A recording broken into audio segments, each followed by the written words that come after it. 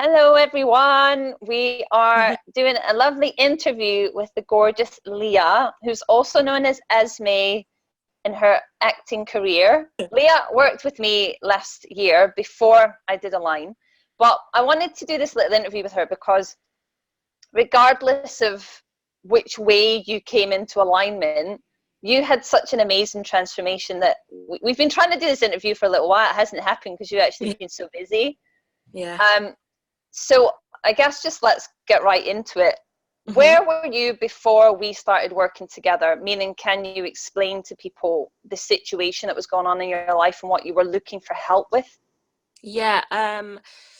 I feel like I lost my sense of purpose and I was unsure where I was going life-wise and whether I was doing the thing that I was meant to be doing, because I wasn't feeling that joy and that happiness that I felt like I should be experiencing.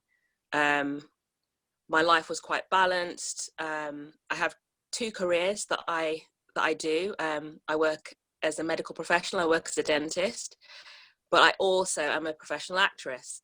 And so, yeah, it's like it's a really balanced life of something that brings in money that I enjoy, sort of helping people, healing people in that kind of way, and then the really kind of passionate, artsy side of acting and singing.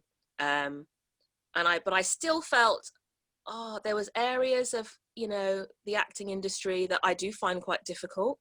And then I wasn't getting I wasn't feeling that full fulfillment with dentistry either. And I was thinking, well, what's wrong? Because I felt like I should be experiencing those things. I've got a lot of opportunities coming my way and I was very grateful for them, but I just wasn't feeling that joy that I should feel. And then the biggest thing I think that kind of affected those things as well was my relationships, like my romantic relationships. I just for sure. out of something just before I kind of found you, Gail, and it really shook me up. And I think that was the trigger for me going, I need to sort myself out. I feel like I need to do some inner work because I keep meeting the wrong people, the people that are helping me to learn. Maybe they're not the wrong people, but it's causing causing so many ups and downs for me emotionally that I wasn't handling them very well, and experiencing a lot of anxiety and just a sadness. I couldn't quite pinpoint where it was coming from, and I didn't feel like I was being me, and I felt always scared to be me as a whole, like in any of the situations I came into, be it work or socially.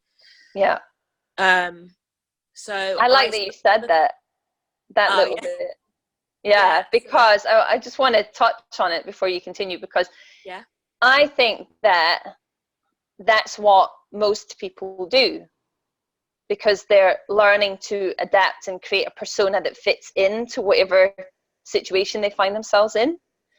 And the thing that I really encourage people to do first off is obviously connect to your inner child, because I believe that's the foundation. That's your, your core self, which then allows you to be yourself. And my experience of you at the beginning and why I wanted to talk to you is because you were really like, do you remember I was saying to you, like, it was like you were very earth. You were very like practical in the way that you speak. And the kind of cheeky, fun side of you wasn't really coming out. Like the women that I look at today who comes on here all bubbly and shiny and wearing her little bright colours and everything, that you had, so cute. You had that bit, but it was like you were being very, everything was very practical. And you actually said to me, I've had a conversation with my mom and I have to be realistic about, this situation with the acting. And I was like, I hate that word. That word. You used the word. Because I hate the word. Maybe hate is a strong word, but I dislike realism, because realistic is completely dependent on your perspective.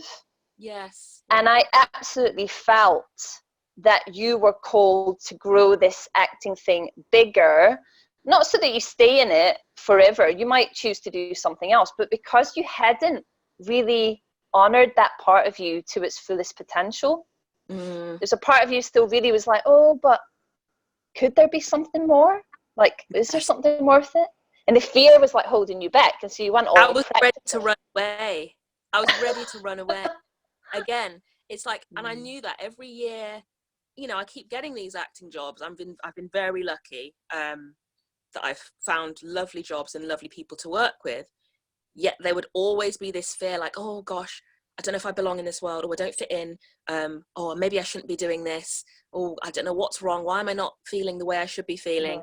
And I was prepared to run and just leave it all behind. But then I knew that wouldn't make me happy either, because then I wouldn't be honoring that creative part of myself.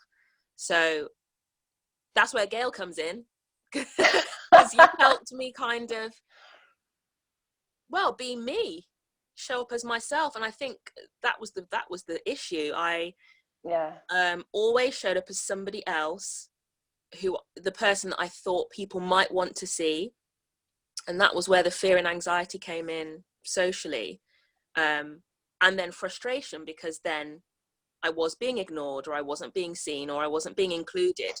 Because actually, if I showed up as the person who's quirky, a little bit odd, you know, a bit cheeky, and when I show up as that, I'm so much more embraced. I think people don't know how to take me or anyone if you're not yourself. I think they can sense that you're not fully being you, and it makes them feel absolutely. So yes, because when you are your fullest self and you're connected to your heart and your soul, you give people permission to connect to theirs. Yes. You know, you give them permission to do the same. Like, if you're all caught up in who you think you should be showing up as, and you're hiding yourself, well, one, you can't reach your fullest potential. You can't reach the deepest talents that you have, because you're not fully embodying you. How are you going to fully embody another character? You can't fully embody yourself. But the other thing is that, you know, people then can sense it, and they feel like they then have to adapt, because you're uncomfortable with yourself. You're also uncomfortable with other people being themselves. Yes. You know, and I want to talk more about this little bit in particular. You know, I would love you to explain the difference between who you were showing up as at that point and who you show up as now. Well, I feel like I just worry less about what people are going to think about me. Yeah, because you did that a lot. Yeah. I mean, I suppose there's still elements of that, but I feel more content with who I show up as. And I just think if people don't like it, and there isn't many people that don't like it, because actually a lot of people that I tend to work with, luckily, are quite accepting of different characters, and they've probably come across similar kind of personalities to me anyway. Not exactly me, because there's nobody like me, but I just feel like I'm more playful. I think I'd spent a lot of my life, because I'd been in academia for a long time, being quite rigid, quite matter of fact, very realistic, very serious, and probably I felt the pressure or the weight of, I don't know, being a strong woman who has a career and who is intelligent, and I don't know, I just felt a lot of pressure. And then I realized I don't need to worry about what other people need me to do. I need to just do what I need to do, because at the end of the day, I'll never please everyone. I can only please myself.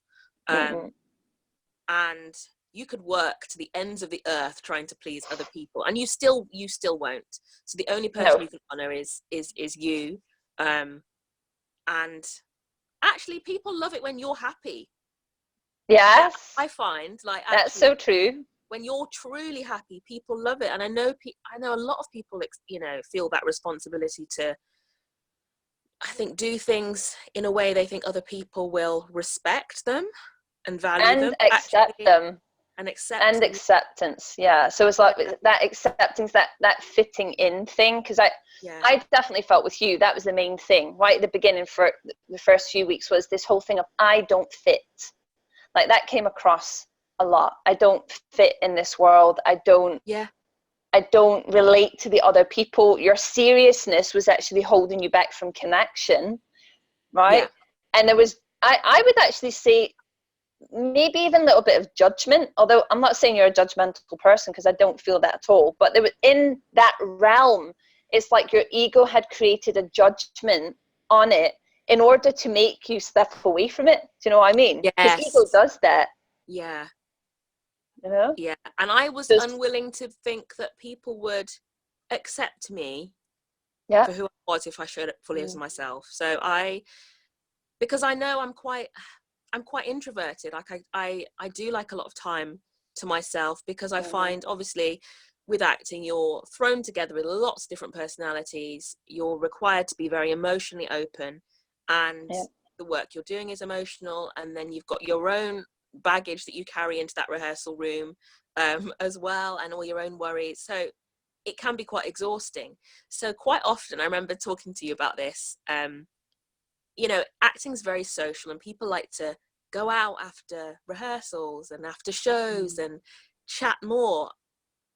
By the time I've finished the rehearsal and I've been in that room for 7 hours or longer, or I've done the show, I just need to go home. And actually, you said to me, what would be the problem in saying, I need my time, I need my space, you know? And actually, people would be fine with that. And I think, because what I would do before is kind of be like, yeah, I'm coming to the pub, and then just and then sneak off. Or like feel really bad, and then and then all night I'd be at home feeling guilty, thinking, oh God, I lied to them and they're gonna think this. But it would have been so much easier if I just said, nah, I'm not really into that. And on jobs after that, I've said that, you know, when I've been exhausted, or when I've got other bits of admin to do at home, or I've just said, I actually just need some time to go home and write, to, you know, have a bit of a sing, to do a bit of a yoga meditation. And through that, I found there's so many other people that I work with who are also frightened of saying that, and who also need their own space. And so because they're not fitting in again. Yeah, and I feel like I gave people permission to be themselves, and actually, you know, and they gave me permission as well, because sometimes they say, oh, that's not me, I'm not really that kind of person, and then I was like, oh yeah, me too, I totally get that. So yeah, I value, I don't feel ashamed about that. I don't know, I felt a bit, I don't know, maybe I disliked that part of myself a little bit. But actually, I think so. It's the judgment. It's the judgment again. You know, that judgment coming in and saying to you, you should be more like that person. Like, or you should be more like someone in your family, or you should be more like your partner, or you should, all this shoulds, instead of self-acceptance. Yeah. You know, self-love definitely comes down to, are you honoring and respecting what is calling you from within? If you're not, then all you're doing is creating a persona, and you're blocking your light instead of shining your light. When you shine your light, you open up. That's what gives people permission. And that's why they radiate to you beforehand. When you're closed and you're like, oh no, I mustn't be this kind of person, walking about like a robot, then you can't connect. And, you know, I remember we talked about community and tribe, and the fact that at that time, although like you had friends, you felt like everyone was kind of far and distant. Yes. You know, at that point. Yeah. And that's still the same. A lot of my friends are, because I studied in like different parts of the UK, and I made friends where a lot of people have either stayed in those places, or they've kind of gone back to where their families are. I'm still distant in location from them. But I feel through the work with you, I learned to value. I think I looked at all my friendships and went, okay, which people are actually part of my tribe, who are want the best for me, and as much as I want the best for them, who love and support me through everything, who've really been there. Yeah, definitely. And deciding who's right for your life and who isn't was definitely a key along the way. In my life who, they're still kind of on the periphery. I mean, I would still speak to them every now and again, maybe every few months, or I might bump into them, but I was holding them too close. But actually I felt, it sounds odd, but I felt like maybe they didn't actually like me that much. But that was your whole thing. That was the thing. Yeah, like if you look at the pattern, it was that all the time. It's like going to an acting job. Oh, I don't think people really like me. Because you weren't really liking you, because you weren't being you. That's it. Yeah. You know? Totally. Yeah. And I kind of like, yeah, and then I kind of also looked at people's and my own like behavior in actions, not just kind of words, because anyone can say, oh yeah, like let's meet up for coffee, I'm there for you. Yeah. Also there's other comments and things they would say, or the way that they would behave, that I just thought, I don't know if you are friends actually. I don't know if I had an absolute major crisis right now, whether you would really be there with supportive words, or whether you would disappear, or whether you would kind of be there in a very kind of gloating, like, oh, well, you know, looking at my situation, make themselves better. And I think I spoke to you like I had, I can go on for ages about it, but I value what those people taught me.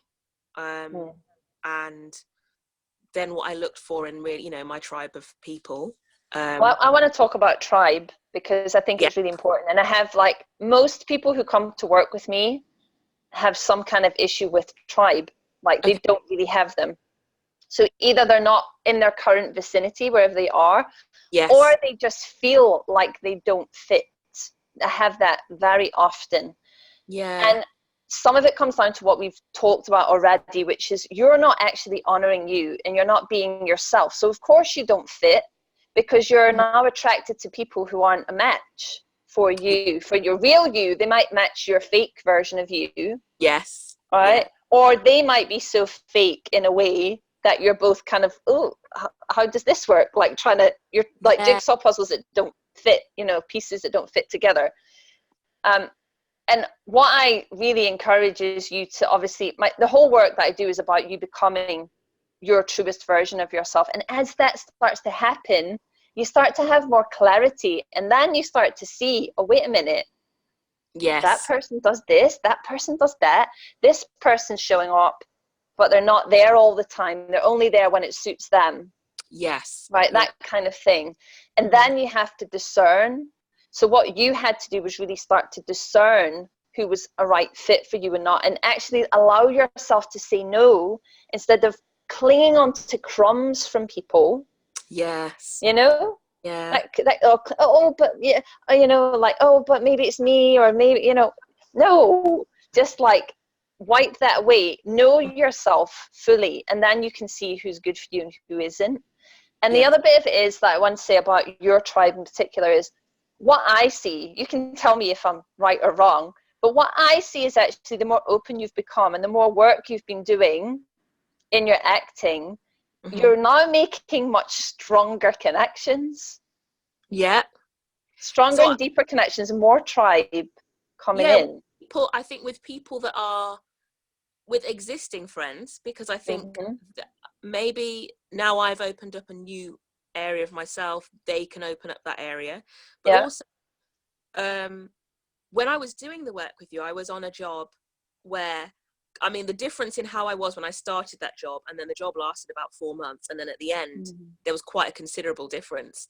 And obviously, I wish I could have gone into that job how I was at the end, but it's okay.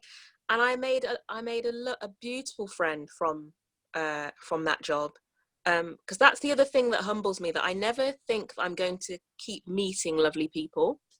And I think every year or every job I'm on, I meet one person that I really connect with, which is nice. It's not everybody on the job that I'm going to be like, oh, you're my best friend, like, because I really value a deep connection. I'd rather have just one person that I deeply connect with. I think also I don't worry about being alone. I think I felt quite lonely prior to our work. And I haven't really felt that since we worked together. I'm at home. Let's talk about that. Oh yeah, okay. Let's talk about this, because this reminds me of some other women, actually, mostly. No, actually, let me think. Yeah, mostly women have come to me with this issue, but actually recently it's funny because the next round of a line has a lot of guys on it. It's mainly Okay. men. And Yes. some of them are now saying the same thing, which is I'm lonely, and they make it about their lovability, their worthiness, and then there's a focus on relationship, or rather the lack of relationship. And so, as you said at the beginning, one of the things that happened was you had this thing of like wanting the relationship, very similar to Cole one, actually, who I did an interview with a couple of weeks ago. Similar to her, because her whole thing was relationship, though. She wasn't really looking at career or anything at that point. It was like, I need a man in my life. Like, that's kind of the pivotal line, you know, and the biggest block. And I was saying to her, and I'm sure I probably said to you as well, it's about filling yourself up so much that you know yourself so much inside that then someone else adds to your world, not fills it. As soon as you look for someone to fill that piece in you that you're not filling, you know, or rather unveiling, because it's just letting it out, it's not filling it, it's already there. But as soon as you look for that, you would end up with a relationship with someone who doesn't really make you happy. There was a lot of patterns, which I think I discovered at the very beginning when we first started, of people that I would go for. There was like two types of guys I would go for. The non-committal, ones that were going to abandon me, the ones that they had a lot of fire and passion, but they wouldn't necessarily stick around. And then I jumped from that to complete safety and a realistic partner who would stick around, but they had no fire and passion for me. Like, I mean, I don't require us to be fighting and making up all the time or having that enough, but I just needed some get up and go. But you're basically talking about boring, like literally left to right. But I remember when you were going through that transition, you were like, oh, there's this person, and I was like, like, no, honey. And you were like, oh, really? But maybe, like, and I'm like, no, this is now, it's gone from drama to safety. Yeah. And I was like, if I think about it, actually, I was navigating between those two constantly for about 12 years from when I first started having relationships. And it's like I didn't know that there was something that combined all those things that I would want in one person. I didn't have to compromise and settle for one and be anxious that they were going to like leave me, or have someone that was going to be there till we die, basically, but I would just feel like this face which in itself makes you feel very lonely when you're not in the right relationship. I'd much prefer. And when I first started dating when I was younger, I mean, I didn't actually want to be in a relationship. I ended up in a relationship quite unexpectedly. I was very kind of like, I don't really need anyone. It's great. I know I'll meet the love of my life at some point, but actually I've got so many things to do. And then once I started having relationships, and a lot of them were dysfunctional, I kind of then craved them to fill that part of me that was lacking and more lonely. So now you're doing all the acting stuff, like more of that fills you up. Yeah, and I was writing more, because that was the other thing. Like, acting is like not, you know, you're not in control of when you always get work. Well, actually, you're not in control at all. But there is one thing I can control, and that's creating my own stuff. So I'd started to do songwriting the year before and realized, gosh, I really like this. It doesn't really matter if I'm perfect at it.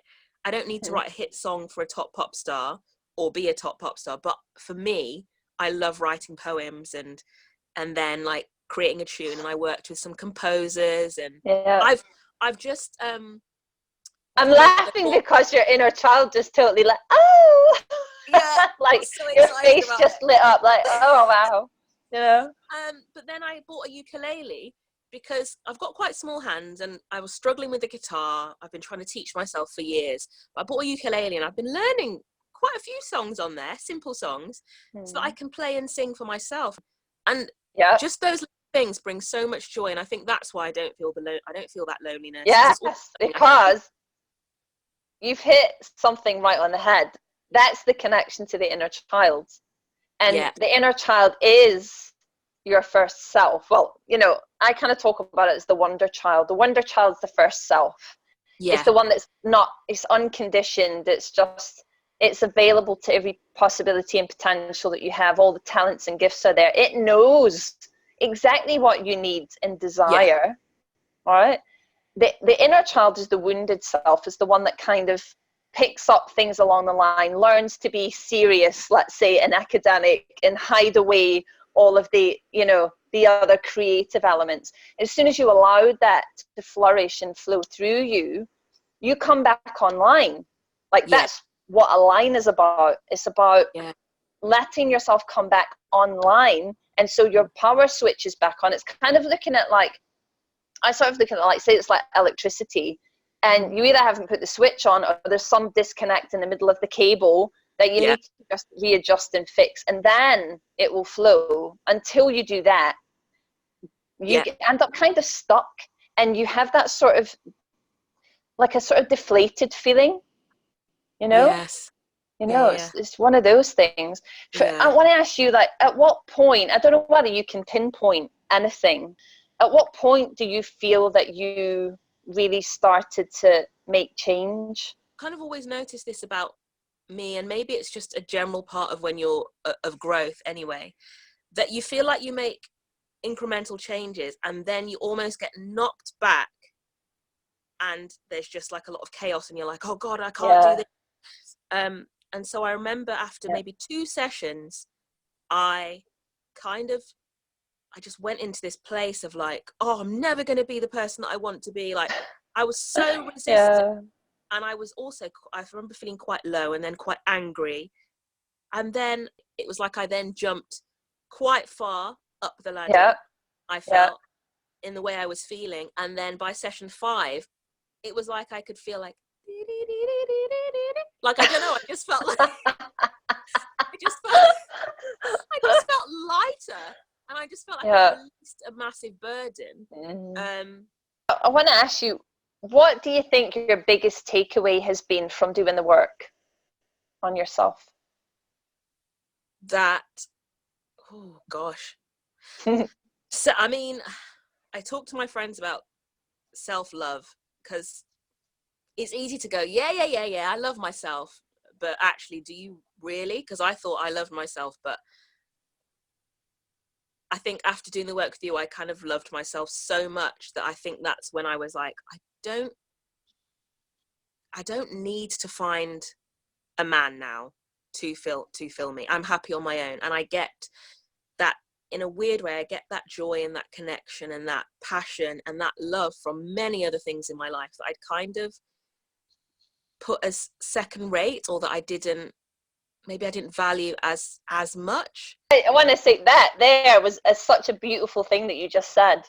That was beautiful. Right. Okay. What you just said. I love that, because I think a lot of people will hear that who are not in that space. No, I know. You know, right now. Yeah. And you've just kind of, that was just beautiful. It was like it just landed, you know? Right. For like people to understand that actually, and the cool one was the same, like the realization of once you're so connected to yourself, the other person should add to your world. Yes. Not fill it, and not take from it. No. Other things started to pop into my life that, like other acting jobs, great acting jobs, just seemed to drop in things that I wanted, and people, the types of people I really wanted to work with, that I'd wanted to work with for years since I'd come out of drama school. Suddenly I was working with them, and I was like, how is this? Law of attraction, baby. Alignment. That's why. Alignment. And don't get me wrong, I had some little blips, which I think I spoke to you about. Like, I lost my granddad in that summer, but I did feel like, my God, was I prepared? Because yes, I just felt like I was so prepared for it. And I'd started dating that summer, and also I'd started to be prepared, you know, to be let down, but not feel like my world was going to come crashing down. It was kind of like, okay, that's not for me. I asked the universe to show me this person and show me some clarity, and they're obviously not the right person. So I just felt like I was back in control, that I could listen to my intuition more. It came through a lot stronger, because also my dreams were becoming a lot clearer through doing the work with you. Yes. Again. Yeah. And I just had a better grasp on when I would meet people, or before I would go for meetings and auditions, or I don't know, I just felt more in the know. And then I remember somebody said something to me, a potential sort of love interest said something to me about wanting to connect with them, and oh yes, this was the yes, this was the bit. Oh, this was the test. Yeah, I had a few tests of people that were obviously not aligned with me and my wishes and wants, who I'd kind of allowed into my life previously. One from years ago that I'd known, so old habits and patterns, and then someone more recent. And I thought, oh gosh, this is no coincidence that these two people have contacted me literally in the space of 2 days, all of a sudden. And I found myself gaining, I don't know where this strength came from, and I said to them, this is what I'm looking for, and if you can't offer it me, then I'm sorry. I'm happy to be friends, because I assume that's why you've contacted me, to keep some kind of civil relationship going, in that sense. But I can't be anything more, because it's not what my heart desires at all. I get the things that my heart desires from from my writing, from my acting, from my singing, from my dance, from my family, from my tribe of friends who I absolutely love, from being in nature. And I find, believe it or not, I find pleasure from those things. And I really did find pleasure from those things, so that I didn't feel like I had to kind of compromise and be like, oh yeah, I'll go on it. Oh, I'll date this person, and but I'll just, maybe something can come out of it. Oh, I think he might like me because those people weren't showing up how I needed someone to show up, or how I was showing up. So that was a test. And I think, when was that? September. And I kind of said, no. But I said, I'm here if you need a friend, because I know you're going through some difficult things. You're still cute. You're still like, oh, I'm here for you. If you need someone, you're such a typical empath, Still like, be there. Well, I'll be an ear there to anyway. I can't guarantee anything else, but I said I'll be an ear to listen to, because I said, someone said to me, oh, but life's really complicated, and relationships and everything are complicated. And I was like, you're making them that complicated, because they don't need to be. If you like someone, go for it, if it's what your heart wants. If you're not sure, there's obviously a reason you're not sure. So then it's maybe not meant to be for now. So it doesn't have to be that complicated. We don't need to make things too complex. Just listen to your heart. So I kind of, and funny enough, those people haven't popped back after that. So because you stated what you're looking for, and you kept restating it, and so the ones who are not looking for that will eventually disappear, or will cause some kind of chaos to make the thing end. Yeah, that's true. So true. I want to ask though about, because I really want you to tell people the irony, or because it is kind of ironic, of when you're searching and clutching for a relationship because you haven't filled yourself enough with you, and the difference of when you suddenly decide, no, I'm so filled up with me that someone else would just add to it. So what's the irony of that is that now, at the point when you go, oh, I'm so filled up with me, what happens?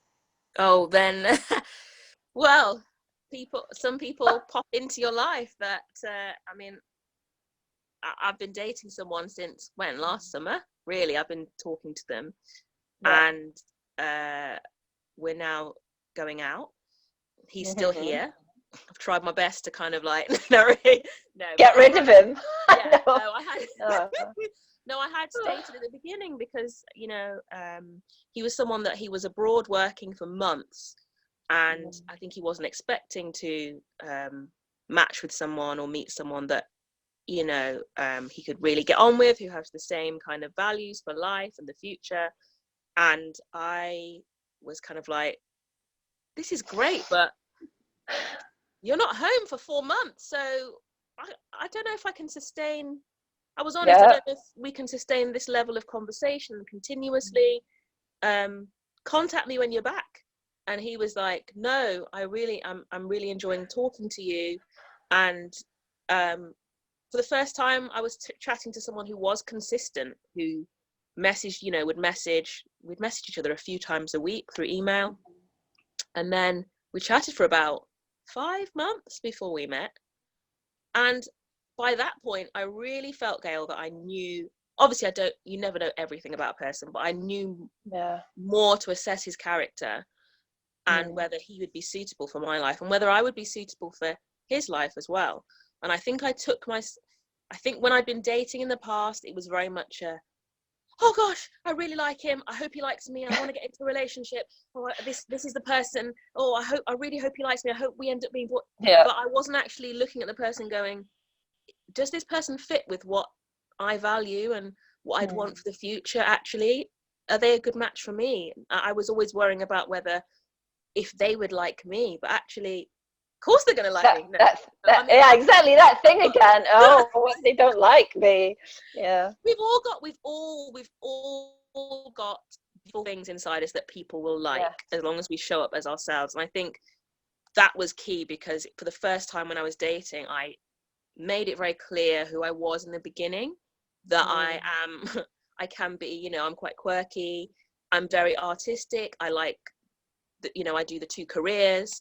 I'm very spiritual. I like my time alone. I value, my independence, but I love and affection and tactility. And I'm very sensual, passionate, all those things, which I think we sometimes hide because we think, oh, we'll just show a little bit of ourselves. We'll entice them in. And then, once they know us a bit more, then we'll release the rest. But no, that's not good, because by that point, a few months in, your partner's looking at you like, this is not the person I dated. Exactly. And then you're looking at them going, oh, hang on, what's going on? Like, this isn't what I expected. So I tried my best. So you end up with the wrong people doing that. Yeah, exactly. Excuse me. I'd always done. So things are going well. We're still getting to know each other. We're still assessing whether, we're right for each other long term. But this is someone that is looking for long term commitment, and he's very much what you are looking for. Yes, which I think I'd kind of put. We did a little list. We did. We did the love list, like the lover list. I changed it to that. I used to call it the man list because it was mostly women that were coming to me with this issue. But now that there's men coming as well, we changed that. So it's like the lover list. Like, what is it that you're actually looking for? And then juicing it up. Yeah. So it's not so just like, oh, he must be 5'10" or whatever, or 6'2" or whatever it is. Yeah. Like, instead of looking so much at the physical, looking at how it makes you feel and looking at what it adds to your world. Yes. Yeah. I have this thing coming through at the minute about people love differently. People believe love to be different things. Usually their level of love is based on what they learned the level of love was as a child. Yeah. So if your parents are constantly screaming at one another, you probably end up in a relationship where you do the same thing. You become one of the parents within the dynamic of a relationship, because that's what home is. That's what love is, when it actually isn't that. Right? Yeah. So you have to look at your level of love. What does your level of love call for? Right? You might be a person who is in a level of love that doesn't really call for much because you have fear, right? But you might be a person like me and like you that's quite deep and wants to have a level of love that meets that depth. So you have to write about it. You have to write about what it looks like. What does it feel like? Yeah. Because then when a person comes into your world, you know more if they're, close to that. Yes. We'd obviously looked at all my inner stuff, inner child, purpose. And then it kind of left an opening where I was like, okay, now I can start to think about relationships. And that great. That popped up like just after we finished our session. So I sat Well, down that course will be coming out in February. That will be coming out as a course. Great. Okay, good. Yeah. I will recommend that to many of my friends. But yeah, so I sat down with my little book and I wrote stuff down for every session that you did on there, because I hadn't really thought about, what are my own parents' views of what relationship should be, and and also what their relationship is like. And I looked at like my parents' relationship and looked at all the successful things that I think they do really well, that I really value, and added also those things to my list. And then what my view of relationships was from my past experience, which, I had some beautiful parts of relationships, or I've met some beautiful people, but they just weren't right for me, as well as obviously having some absolute disasters of relationships. So it helped me decide what I want and what I just do not want again. And I wrote this list. This list was long. It was long, but it was also in so much depth. Yes. And I think I wrote it I wrote it as I was already dating. I remember like writing it, and I was supposed to go on a date with this guy who, I mean, that didn't work out obviously, but it's funny because after I wrote that list and after I was like, right, this is what I'm looking for, that one disappeared. Others popped in that were kind of some of the things on the list. And this gentleman that I'm now seeing popped up once I'd really had time to look at the list, really take it in, and then I put the list away. And I said to you recently, actually, it's strange because he is a lot of the things on that list, and I'm still discovering more and more things. I think you said it to me. It was quite scary. It is, because up until now, I think I've probably met people that were only like, 3 or 4 of the things on a list of 20. Yeah. But he is a majority of those things, if not all, actually, if I'm honest. Which feels really lovely, because I think it just, and my friend said to me as well, she said to me, it gives me hope that there is somebody there who can embody all the things that I'm looking for. Not just the fire, not just the safety, calm, but all of that, and also who would understand who I am and have the patience and the openness to learn, more about each other and about, about this world, and be companions as well as lovers, and with all the passion and everything. Like I was looking for a real balance, and those people are out there. They are there, but because we don't always show up as our full selves, and we're not really sure what we want, we then attract other people that aren't really sure what they want. And coming back to the first thing that we said, it's the belief that you are not acceptable for being your full self. I wanted to say something before, which was about when you said quirky, and I would like to encourage people to be quirky, be your quirky self, because everyone has a quirk. Everyone has something kind of weird about them that they try to hide away. Be quirky, because quirky is sexy. Yeah, I just love that part of me, and I love to see that part in other people as well that I work with. Yeah. That weird thing that comes out and you're like, okay, that's fantastic. Like, I just absolutely love it. And the guy I'm seeing now, he's quite, I hope he won't mind me saying, he's in the military. So he has that side of him that has to be very, rigid and exact. Yeah.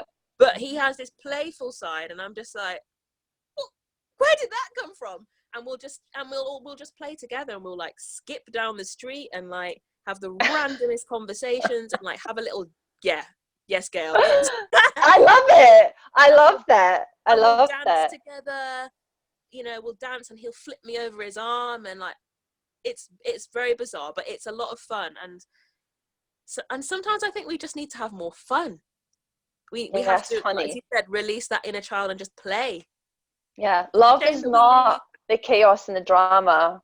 Yeah. And and like I think you were just going to say, like, we kind of lose ourselves Yeah. in that, if you're actually being yourself and you're connected to your inner child and you're allowing that to be, you are then being your full self. You allow the other person to be their fullest self, and then they can just connect to their heart, and you can just connect to your heart. And so the chaos and the mind stuff can disappear. It doesn't have to be there. That's, you know, only at that point can you then have conscious relationship. Yes. You know, you can have conscious conversations. You don't need to pull drama into it. So I want to ask you, what would you say to anyone who is thinking about joining Align, the 12-week alignment course that I'm running? Join it! If you're ready to go on that quest to find, you know, go back to who you really are and just find that inner joy and that self-love, and also work with wonderful Gail. I can't sing your praises enough. I've talked to so many of my friends and I've said, and even my family, because my mum has noticed a massive difference in the person I am. And it's not to say I'm like louder and more like, I still have a quiet air to me, a quiet confidence, but I'm happy with who I am. And I'm more certain about the choices that I'm making for my life. So I'd say do the course. If you've got the finances, if you haven't, get the finances and do the course, because you're not going to regret it, for sure. I could talk forever about that. Thank you, lovely. Something you said before that I think we'll end on is that you, after the first couple of weeks, you kind of had this step back.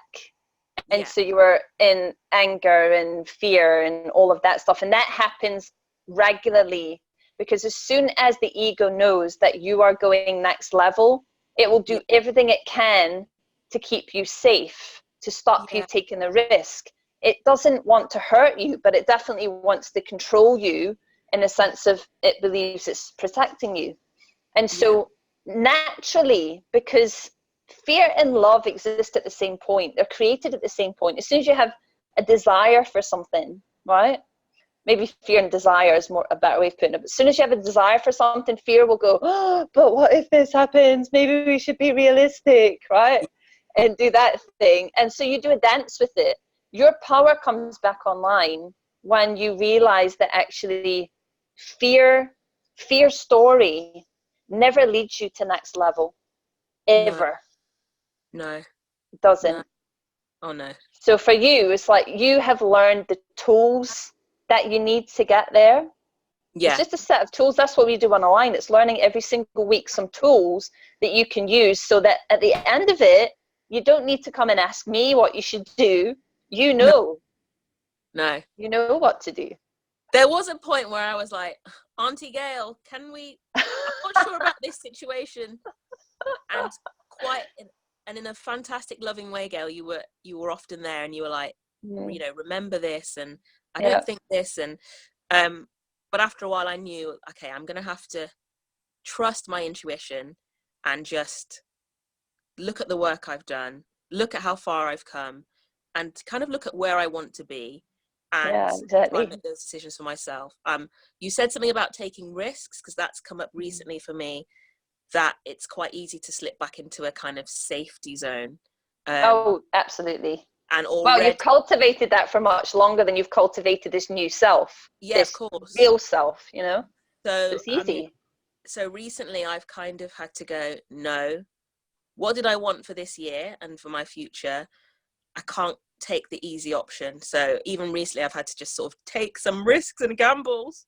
But I also know that things will work out, because when I've taken risks before, things have really worked out well. So, and I think I'm happy. I think I have to look at, if I don't take the risk, how am I going to feel? If I'm going to feel worse. And the thing is, for activating your intuition, you need to take the action that your gut tells you, because otherwise you don't prove to yourself that your gut is telling you something real. Like most of the time, the inner guidance doesn't make any sense to your head. No. So you have to follow it in order to really know that it's giving you something that you should follow, no matter what your mind says. Yeah, you know? Yeah, that's true. Honey, I think we'll leave it there, because we've talked for ages and we've covered loads of stuff. But I just want to say I'm so unbelievably proud of you. Thank you. You know, I am. I love seeing your little shiny self do all this stuff. And I am absolutely sure that there's more juicy stuff to come, bigger stuff to come, the more you allow it. I saw that right at the beginning, and I still see it. It's still there. Still You there. just Thank have to you. choose it. Yes. Gail, thank you so much. You're so welcome. I love you lots. Mwah. Too. Right. Bye. Bye, everyone. Bye.